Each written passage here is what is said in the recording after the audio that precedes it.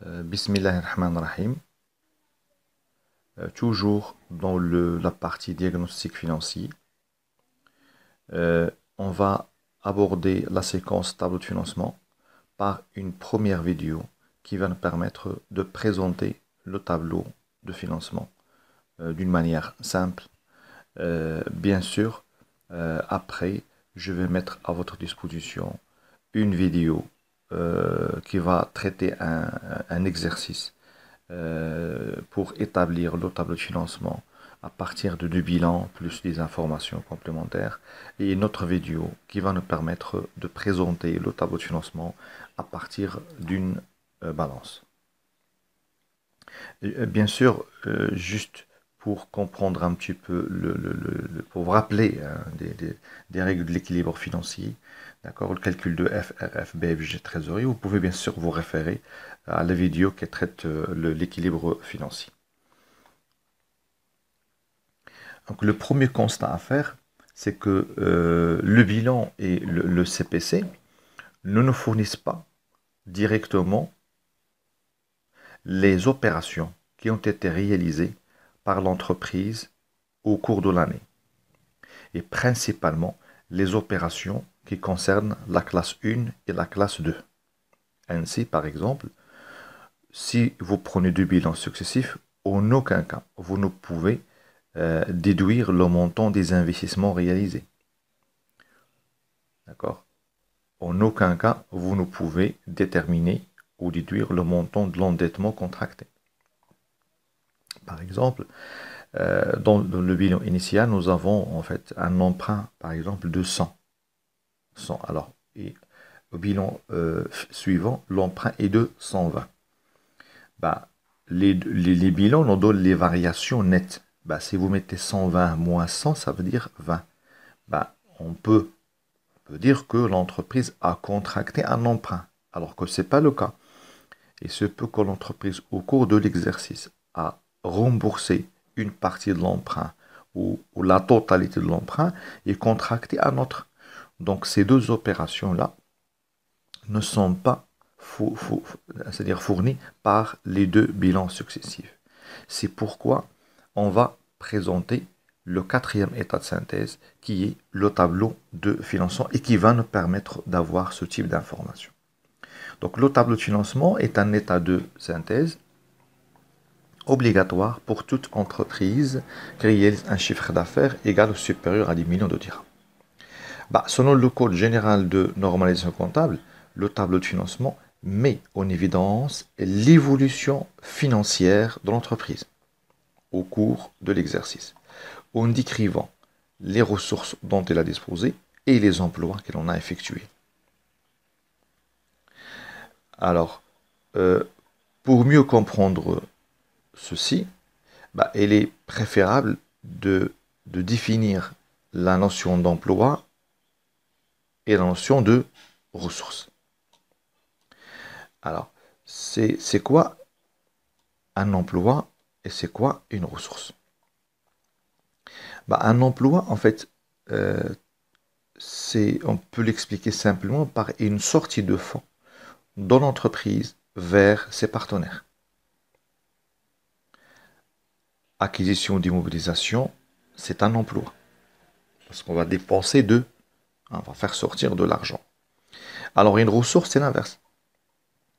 C'est une entrée de fonds des partenaires de l'entreprise ou de l'extérieur vers l'entreprise.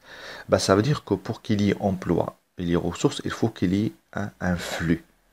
Le flux, c'est le transfert de fonds de l'entreprise vers l'extérieur ou de l'extérieur vers l'entreprise pendant un moment donné. Parce que le tableau de financement va nous permettre de décrire ces emplois et ressources pendant une année. Donc, pour qu'il y ait flux, il faut qu'il y ait deux parties, deux partenaires. Il faut qu'il y ait un transfert. Il faut qu'il y ait une période donnée. D'accord. Alors, au niveau comptable, un emploi se traduit par une augmentation de l'actif. Comme j'ai dit par exemple, achat d'une immobilisation. Ou une diminution de passif. Exemple, rembourser un emprunt. D'accord? Parce qu'on a dit ressources, c'est quoi? C'est une emploi, pardon, c'est une sortie de fonds. Donc on va faire sortir de l'argent pour rembourser un emprunt. Alors ressources, c'est l'inverse. D'accord? C'est générer de l'argent pour l'entreprise. Alors diminution de l'actif. Par exemple, cession d'immobilisation. On va céder une immobilisation. Cette opération va se traduire par une entrée d'argent pour l'entreprise. C'est une ressource. Ou une augmentation du passif. Exemple, augmentation du capital. D'accord? Donc, emploi. Hein? Soit augmentation d'actifs, soit diminution de passifs. Aux ressources, l'inverse, c'est diminution d'actifs ou augmentation du passif. Le tableau de financement se compose de deux tableaux. Alors, le premier tableau, appelé le tableau de synthèse des masses du bilan, et le deuxième tableau est le tableau des emplois et ressources. On va pouvoir les traiter d'une manière détaillée. Alors, je commence par le tableau de synthèse des masses du bilan. Ce tableau est présenté directement à partir de deux bilans comptables successifs, avant répartition de résultats bien sûr. Ainsi, pour présenter le tableau de synthèse des masses, il faut avoir uniquement deux bilans successifs. On n'aura plus besoin de d'autres informations. Et bien sûr, je parle du bilan comptable, non pas le bilan financier, parce que le TFR, c'est un état de synthèse. D'accord? Comment peut-on présenter le tableau de synthèse des masses? C'est un tableau, d'accord? Là, on met dans une première colonne les masses, ensuite les années et les variations entre l'exercice et l'exercice précédent. D'accord? Alors, bien sûr, rappelez-vous hein, les formules des trépots de l'équilibre financier. Le fonds de roulement, c'est le financement permanent moins actif mobilisé. Le BFG, c'est l'actif circulant hors trésorerie moins le passif circulant hors trésorerie. Et la trésorerie nette, c'est le fonds de roulement moins le BFG ou bien la trésorerie active moins trésorerie passive. Donc, pour mieux comprendre, si vous permettez, le fonctionnement et le commentaire de ces trois, je dirais, indicateurs, vous pouvez vous référer à la vidéo qui traite l'équilibre financier. Alors maintenant, pour le fonds de roulement, le financement permanent, c'est la classe 1. Donc, on a dit que le passif, s'il augmente, c'est une ressource, et s'il diminue, c'est un emploi.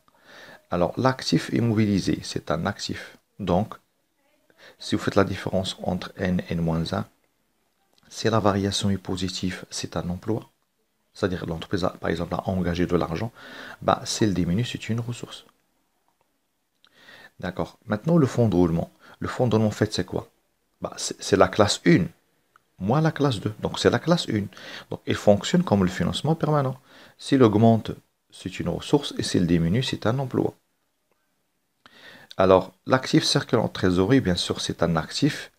Et comme c'est un actif, d'accord, s'il diminue, hein, c'est une ressource. Et s'il augmente, c'est un emploi. Le passif circulant en trésorerie, c'est l'inverse. On s'est dit que les passifs augmentent. Lorsqu'ils augmentent, ce sont des ressources. Ou lorsqu'ils diminuent, ce sont des emplois. Alors, maintenant le BFG. Le BFG, c'est quoi? C'est la classe 3 moins la classe 4. Donc, le BFG fonctionne comme la classe 3. Comme un actif. C'est-à-dire, il augmente en emploi, il diminue en ressources. La trésorerie nette, c'est la trésorerie active moins trésorerie passif. Donc, il fonctionne comme un actif. Juste pour vous simplifier un petit peu le raisonnement. Donc, s'il augmente, c'est un emploi, et s'il diminue, c'est une ressource. D'accord? Maintenant, partons d'un petit exemple pour mieux comprendre ces variations-là. Alors, d'accord, prenons ces exemples. Alors, dans ce type d'exercice, il est préférable de commencer déjà par calculer les indicateurs d'une manière verticale et après vous passez aux variations. Alors, le fonds de roulement de n, c'est 70, de n-1, 40. Alors, le BFG, 15, pour N et 30 pour N-1. La trésorerie nette, 70 moins 15, c'est 55, et 40 moins 30, 10. Maintenant, les variations. Alors, variation, bien sûr, c'est N moins N-1. Alors, pour le financement permanent, 150 moins 110, c'est 40, donc c'est une augmentation. L'actif mobilisé, 80 moins 70, 10, donc c'est une augmentation. Le FRF, 70 moins 40, 30, c'est une augmentation. L'actif circulant, 60 moins 50, 10, c'est une augmentation. Le passif circulant, 45 moins 20, 25, c'est une augmentation. D'accord? Le BFG, 15 moins 30, c'est une diminution. Voilà. Et la trésorerie nette, 55 moins 10, voilà, 45, c'est une augmentation. Maintenant, le travail est fait, c'est bien, mais qui c'est qui nous dit que le travail est correct?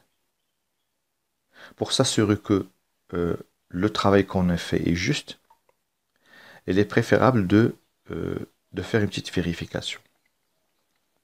On sait que le fonds de roulement, moi le BFG est égal à la trésorerie nette. Et logiquement, la variation de la trésorerie provient de la variation de fonds de roulement et la variation de BFG. Ainsi, la variation de FRF moins la variation de BFG est égale à la variation de la trésorerie nette. Donc, si cette égalité est bien respectée, le calcul est juste. On va vérifier si vous permettez. Alors, la variation de fonds de roulement, c'est 30. Alors, le BFG, c'est négatif. Donc, moins 15 est égal à 45, qui est égal effectivement la variation de la trésorerie nette. Donc, le travail est correct. Attention, là, c'est 40, c'est la variation.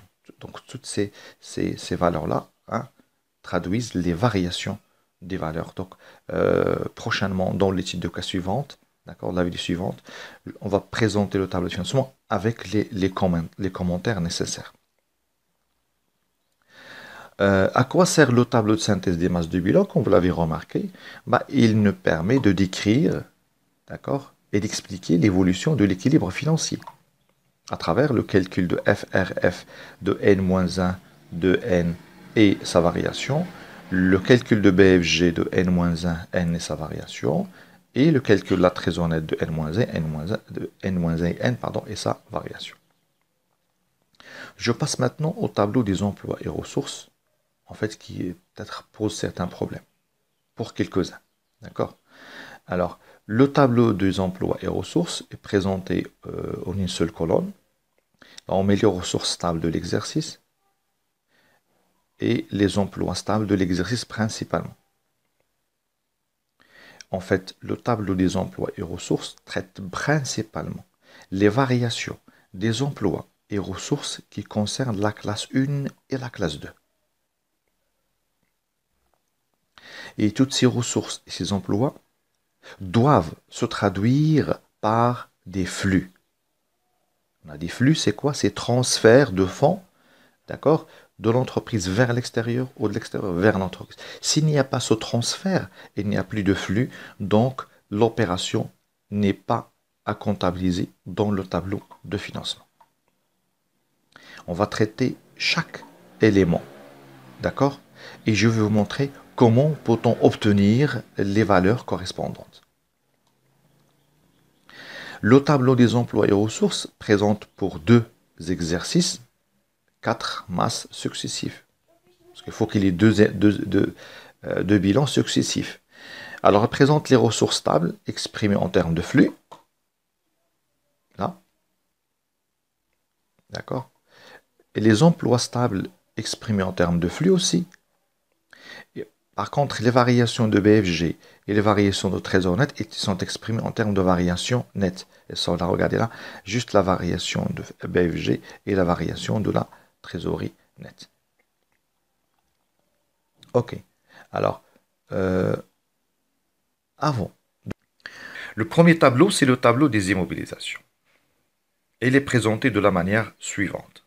Dans une première colonne, on met les immobilisations en valeur incorporelle, corporelle. Ensuite, le montant brut des immobilisations au début d'exercice, c'est à déduire à partir du bilan initial. La dernière colonne, c'est le montant brut de fin d'exercice, hein, à tirer à partir du bilan final. Et au milieu, les augmentations et les diminutions. Donc, montant brut plus augmentation moins diminution est égal montant brut de fin d'exercice. Reste maintenant, qu'est-ce que ça veut dire les augmentations? Les augmentations sont les acquisitions faites au cours de l'exercice. Attention, lorsque je dis acquisition, c'est le montant, un montant brut hors taxe. Sauf le cas où si la TV n'est pas récupérable. C'est le montant brut. Et pour les diminutions, c'est les montants bruts des immobilisations cédées. Pas le prix de cession, c'est le montant brut des immobilisations cédées. Donc là, c'est les acquisitions faites au cours de l'exercice en montant brut. Et là, c'est les sorties des immobilisations en montant brut, pas en prix de cession. Le tableau suivant, c'est le tableau des amortissements. La première colonne est similaire à celle du tableau des immobilisations. Dans une deuxième colonne, vous mettez le cumul d'amortissement début d'exercice à partir du bilan initial. Ensuite, cumul d'amortissement fin d'exercice, bilan final. Et là, d'accord, on calcule les dotations de l'exercice. OK. Après avoir reporté le sigma amortissement des immobilisations sorties au CD. Parce que dans les exercices, d'habitude, soit on vous donne ces montants-là et vous allez calculer sigma amortissement, d'accord? Ou bien, c'est le cas éventuel, d'accord, on vous donne les amortissements des IMO CD et on calcule les dotations de l'exercice. Donc, cumul amortissement plus dotation, moins sigma amortissement est égal à cumul amortissement de fin d'exercice. C'est-à-dire, vous procédez ainsi, toujours commencer par reporter les valeurs de début et les valeurs de fin. Troisième tableau est le tableau des provisions. La même logique, dans une première colonne, c'est-à-dire on reporte les natures de provisions, provision pour dépréciation de l'actif visé, réglementé, provision pour ces charges, d'accord, le total, et après les provisions de la classe 3, la classe 4 et la classe 5, total, et après le total général. Et là, le montant brut, le montant de début d'exercice, hein, à partir du bilan initial, le montant fin d'exercice, à partir du bilan final, donc je mets le report, et après, je remplis le tableau. D'accord. Je fais l'éclatement de la dotation d'exercice en dotation d'exploitation financière non courante. Et la même chose pour les reprises. Et bien sûr, le montant brut de l'exercice plus dotation moins reprise est également montant de fin d'exercice. D'accord. Alors, on peut, si vous le permettez, éventuellement ajouter d'autres tableaux. Par exemple, le tableau des dettes, le tableau des créances et le tableau de variation des réserves. Alors, tableau des dettes. Il nous permet de savoir les montants, par exemple, des nouveaux emprunts et le remboursement fait par l'entreprise au cours de l'exercice. Comment faire? À partir du bilan initial, vous reportez le solde des emprunts obligataires, par exemple, autres dettes de financement. À partir du bilan final, vous reportez les valeurs correspondantes. Et là, si on parle maintenant d'exercice, vous cherchez dans l'exercice, d'accord, le montant des souscriptions, c'est-à-dire le montant des emprunts que l'entreprise a contractés au cours de l'année, et là, les montants des emprunts que l'entreprise a remboursés au cours de l'année. Attention, lorsque je dis de remboursement, je parle d'amortissement, je parle du principal et non pas les intérêts. Donc le montant fin serait le montant début, plus augmentation, moins diminution. On a commencé le cours par le constat. Le bilan initial nous donne le montant de l'emprunt début exercice et le bilan final nous donne le montant de fin d'exercice. Mais ce qui s'est passé entre les deux exercices, on ne peut pas le savoir, c'est-à-dire d'une manière directe à partir du bilan. C'est pourquoi il faut bâtir ce tableau. D'une manière parallèle, on peut présenter le tableau des créances. Mais là, on se réfère principalement aux créances de l'actif immobilisé. D'accord. La même chose, donc les prêts, les autres créances financières, comme les dépôts et cautionnements versés, le montant de début d'exercice et le montant fin d'exercice. Toujours procéder ainsi, on refait le report. Et après, on cherche dans les exercices. Alors, s'il y a des augmentations, c'est-à-dire, s'il y a par exemple versé un prêt au personnel ou là, aux associés, je vais chercher est-ce que l'entreprise a récupéré un prêt ou une créance financière auprès de ses partenaires. D'accord? Ainsi, le montant de fin d'exercice serait le montant de début d'exercice plus les augmentations moins la diminution. Le tableau suivant, c'est le tableau de variation des réserves. Ça va nous servir pour l'augmentation du capital, etc., etc. Alors, on va revoir ceci dans l'exercice. Je mets les réserves, le report à nouveau, réserve avec le détail si vous voulez, le montant de début d'exercice, le montant de fin d'exercice. Alors, l'augmentation des réserves provient d'où? Et provient du résultat de l'année dernière. D'accord? Donc, vous prenez le résultat de N-1. OK? Et si déjà on vous a communiqué le montant des dividendes, vous allez déduire de résultat pour trouver le résultat non distribué. OK? Parfois, l'entreprise est amenée à prélever une partie des réserves pour les incorporer au capital. Donc, le montant de réserve va diminuer. D'accord? Alors, cette diminution se traduit par une augmentation de capital par les réserves. Donc, les réserves, début d'exercice, plus l'augmentation qui provient de résultats nets de l'année dernière, moins les diminutions de réserves, d'accord, qui constituent une augmentation de capital, on nous donne le montant de fin d'exercice. Ce tableau, il est très, très intéressant. Une fois ces tableaux sont présentés, logiquement, le reste ne pose aucun problème. Mais si vous permettez, on peut s'abstenir de l'établissement de ces tableaux. Ce n'est pas obligatoire. Mais sincèrement, c'est un travail efficace. Si les tableaux sont là, le reste ne posera aucun problème. D'accord? À la manière pour calculer chaque élément de tableau d'emploi, d'emploi et ressources. Et principalement, on va commencer par les ressources stables. Commençons par l'autofinancement. Alors, l'autofinancement, comme vous le savez bien, c'est un surplus monétaire dégagé par l'entreprise et conservé durablement pour, bien sûr, financer son activité. L'autofinancement peut être calculé à partir de deux méthodes, à partir le résultat net ou à partir de l'EBE. On peut déduire le montant de la CAF à partir de l'ESG, si les gens vous ont demandé de le présenter avant. Sinon, il faut calculer le montant de l'autofinancement.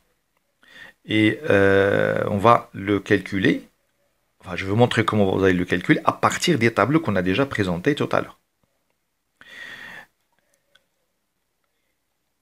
Ok, alors, une fois vous voulez calculer le montant de la CAF, mettez devant vous le tableau des amortissements principalement et le tableau des provisions. Ok, alors le résultat net à déduire à partir du bilan final. Maintenant, les dotations et les reprises, comme vous le savez bien, doivent concerner uniquement la classe 1 et la classe 2. Donc, dotation d'exploitation, c'est deux choses. Premièrement, c'est dotation d'amortissement de l'exercice. Faites le total de la colonne dotation de l'exercice dans le tableau des amortissements. Et le total de la dotation aux provisions, dotation d'exploitation provision de la classe 1 et la classe 2. Faites le total de B. Voilà. Reportez ce total-là. Et dotation d'exploitation serait A plus B, c'est-à-dire dotation d'amortissement et dotation provision pour la classe 1 et la classe 2. Dotation financière, c'est simple, il est la même chose, regardez là, il est à déduire à partir du tableau de provision. Dotation non courante, la même chose, juste les dotations concernant la classe 1 et la classe 2. Les reprises aussi. Vous avez remarqué, si vous avez déjà présenté ce tableau, le reste ne pose pas de problème. Alors maintenant, pour le Pour le produit de cession, bah, c'est simple, c'est à déduire à partir de CPC ou bien on vous donnera l'information si l'entreprise a cédé des immobilisations. Maintenant, la VENA, parfois dans les exercices, c'est ça qui pose problème. Alors c'est très simple, là vous allez vous référer au tableau des immobilisations et au tableau des amortissements. Parce que la VENA en fait, c'est quoi? C'est la différence entre la valeur d'origine et sigma amortissement des immobilisations cédées. Dans le tableau des immobilisations, la quatrième colonne, là, exprime quoi? Exprime la valeur d'origine des immobilisations cédées. Et la même chose pour le tableau d'amortissement, bah, ça, la quatrième colonne exprime quoi? Exprime l'amortissement des immobilisations cédées aux sorties. Faites la différence entre voilà, le total de brut de cession et total sigma amortissement. Et vous aurez la veine. Pour les dividendes, comme je l'ai dit, bah, soit qu'on vous donne l'information, soit que vous allez vous référer au tableau de variation des réserves. Ok? Mazien. Alors, je passe maintenant. Je passe. Deuxième ressource stable, c'est la cession et réduction d'immobilisation. En fait, là, il n'y a pas de problème parce que pour les immobilisations incorporelles, corporelles et financières, vous allez retenir le prix de cession qui est une ressource définitive pour l'entreprise, qui est un flux. C'est une entrée d'argent. Par contre, pour la récupération sur créance immobilisée, là, pour obtenir cette valeur, il est préférable de se référer au tableau des créances qu'on l'a déjà présenté. D'accord? Voilà. Parce que une récupération, c'est une diminution de créances qui constitue une entrée de fonds définitif, c'est une ressource. Donc, vous reportez le total directement. Maintenant, pour l'augmentation des capitaux propres, et principalement l'augmentation du capital. Bien sûr, comme vous le savez bien, l'augmentation du capital se fait à travers 4 moyens. Soit on fait une augmentation de capital en numéraire, en argent, soit en nature, soit par incorporation de réserves, soit par transformation de dette. Mais à retenir que le tableau des emplois et ressources ne prend en considération que les opérations qui sont traduites par des flux. Lorsque je dis augmentation du capital en argent, c'est que les actionnaires ont apporté de l'argent à l'entreprise, c'est un flux. Lorsqu'on dit que l'entreprise, les actionnaires ont apporté du matériel, c'est un flux. Et lorsque je dis que l'entreprise a fait l'augmentation du capital par les réserves, il n'y a pas de flux. C'est juste une simple écriture comptable, entre parenthèses. Donc, il n'y a pas de flux. Lorsqu'on dit que l'entreprise a fait une augmentation de capital par transformation de dette, ben, il n'y a pas de flux. C'est de l'emprunt, par exemple, vers le capital. Ainsi, on ne prend en considération que l'augmentation du capital par des apports ou par les primes d'émission. La prime d'émission, c'est la différence entre le prix payé par le nouvel actionnaire et la valeur nominale de l'action. L'essentiel, c'est un flux, d'accord?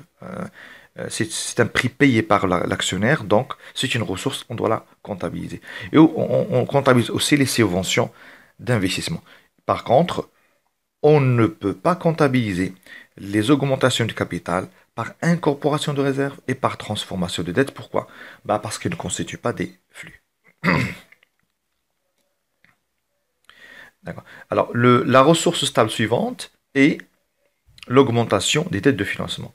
Ben là, c'est très simple. Il s'agit de l'ensemble des emprunts que l'entreprise a contractés au cours de l'exercice. Ben, comment faire pour calculer le montant? C'est très simple.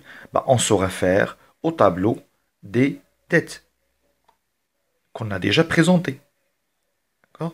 Rappelez-vous, elle se compose des éléments suivants. Le montant des dettes début d'exercice et là les augmentations, les remboursements, date de fin d'exercice. Ben, il s'agit de reporter ce total.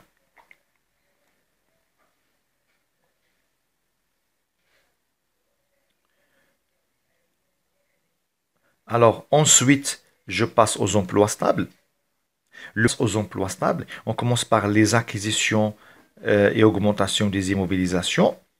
Bah, en fait, là, il s'agit de la valeur d'origine de toutes les immobilisations, qu'elles soient incorporelles, corporelles et financières, acquises au cours de l'exercice. Bah, comment faire pour obtenir ces montants-là? C'est très simple. On se réfère au tableau des immobilisations.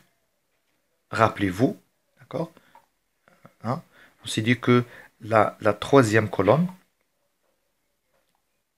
va nous permettre, d'accord, de calculer ou reporter le montant des acquisitions en valeur d'origine. Alors, les IMO incorporels, c'est total acquisition à partir du tableau. Corporel, la même chose. Comme je l'ai dit au début, vous pouvez ajouter une ligne, d'accord, sur les immobilisations financières, principalement le titre de participation. Et le montant des acquisitions des titres, vous pouvez, je vais peut-être rappeler T3, et vous pouvez l'ajouter à ce niveau-là. Par contre, pour le montant de l'augmentation des créances immobilisées, ah là, non. D'accord? Il s'agit de quoi? Il s'agit de l'ensemble des prêts et des dépôts et cautionnements versés principalement que l'entreprise a versé au cours de l'exercice. Bah, s'il n'est pas donné dans l'exercice, par exemple, bah, on se réfère au tableau des créances. OK? La deuxième, la troisième colonne, voilà. Parce que là, on met le montant des prêts, par exemple, début d'exercice, la fin d'exercice, là, ce qui s'est passé au cours de l'exercice.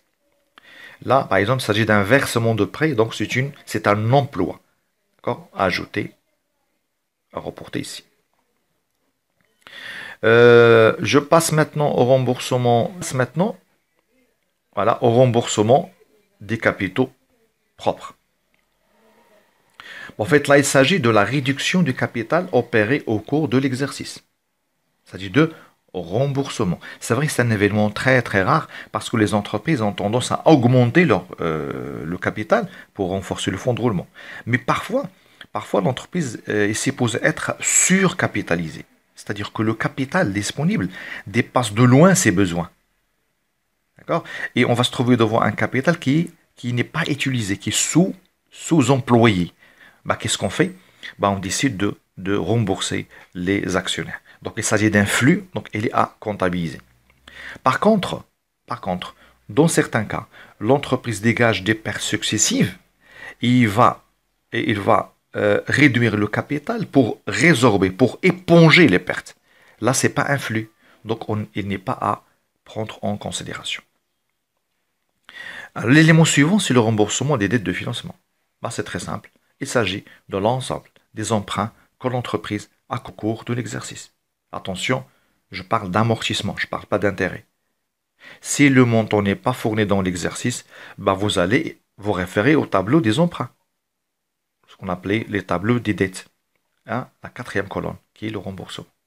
Vous l'avez remarqué, si vous présentez les tableaux, le reste ne posera aucun problème. La ligne suivante concerne les emplois en non-valeur. Bah là, il s'agit des emplois en non-valeur engagés au cours de l'exercice. La même logique, on n'a pas à les calculer. On va les déduire à partir du tableau des immobilisations. D'accord? Voilà. Les augmentations, la colonne augmentation du tableau des immobilisations. Hein, je l'appelle T5. Vous pouvez bien sûr revoir la vidéo plusieurs fois ou s'arrêter à tout moment, d'accord? Mais si vous compreniez rapidement la philosophie de tableau de financement, vous n'aurez aucun souci à travailler n'importe quel exercice. Voilà. Le reste ne pose aucun problème. Pourquoi? Parce que la variation de BFG et la variation de la trésorerie nette sont à déduire à partir du tableau de synthèse des masses du bilan. D'accord? Maintenant, une fois le travail est fait, vous devez avoir l'égalité entre les total emploi et total ressources.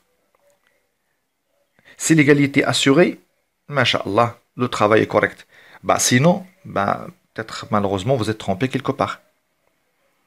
Soit au niveau calcul, soit au niveau report des valeurs. Maintenant, il y a une façon très simple pour s'assurer que les ressources stables et les emplois stables sont corrects. Alors, ce que vous allez faire, c'est que vous faites la différence entre le total des ressources stables moins total des emplois stables Et la valeur trouvée doit correspondre à la variation de fond de roulement. Sigma ressource stable moins sigma emploi stable égale variation de fond de roulement. C'est l'égalité assurée. Ok, tabarakallah alaykoum, le travail est correct. Sinon, vous serez obligé de refaire le calcul. D'accord. Bien sûr, je suis très content. D'accord, je suis très content. Je remercie infiniment les personnes qui se sont abonnées, les personnes qui ont pris la peine de voir les vidéos. Et je vous invite à m'envoyer toutes vos remarques et suggestions, ok, pour améliorer la chaîne et pour vous proposer des cours qui vont répondre exactement à vos besoins. Voilà, enfin, je vous propose enfin les compétences visées par la chaîne, ainsi que les populations ciblées. D'accord, le comptage général, la gestion budgétaire, le diagnostic et le logiciel de gestion. C'est vrai que jusqu'à maintenant, la plupart des vidéos ont traité le diagnostic financier pour la simple raison, c'est que nos stagiaires n'ont pas encore passé leur examen. Et je leur souhaite d'ailleurs bonne chance. Et je souhaite que ces vidéos constituent un bon accompagnement. Et prochainement, Inch'Allah, je vais attaquer la partie gestion budgétaire et surtout le logiciel de gestion, vu, les circonstances actuelles et l'importance de la dématérialisation de l'information. Prochainement, donc, je mettrai à votre disposition je dirais même une cinquantaine de vidéos sur le logiciel de gestion qui vont vous permettre de maîtriser les logiciels Sage sans vous référer à d'autres moyens. Ok. Voilà, donc je vous souhaite bonne chance et à la prochaine, Inch'Allah. Wassalamu alaikum wa rahmatullah.